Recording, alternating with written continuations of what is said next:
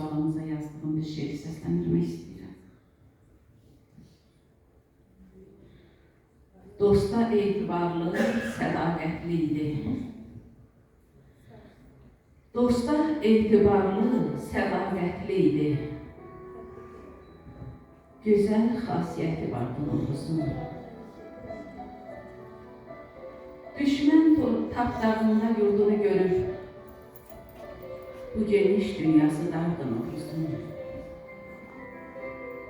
Eşitti Poladın ölüm xəbərin. Bir daha sarsıldı qeyrətli oğul. Dedi, mən gedirəm, vətən gözləyir. Yollandı cəbhəyə, cürətli oğul. Vətəni hər şeydən əziz bilirdi. Öncə vətən dedi, sonra ailə. Sevdiği bir kızın gözləri yolda qoydu vətən üçün bu Novruz belə. Döyüşdü neçə kənd, neçə şəhərdə. Düşmənin başına od ələdi o. Daima vətənə azadlıq günün zəfər çalmağını tək dilədi o. O alçaq düşmənlər qıydı igilə. Vurdular köksündən, yaraladılar. Ürəyi vətən üçün döyünən gəncin ruhunu torpaqdan araladılar. Şəhidlik adında uca zirvəyə ucaldı qəhrəman bir vətən oğlu. Atadan, anadan çox sevdiyi tək vətən üçün verdi can bir vətən oğlu.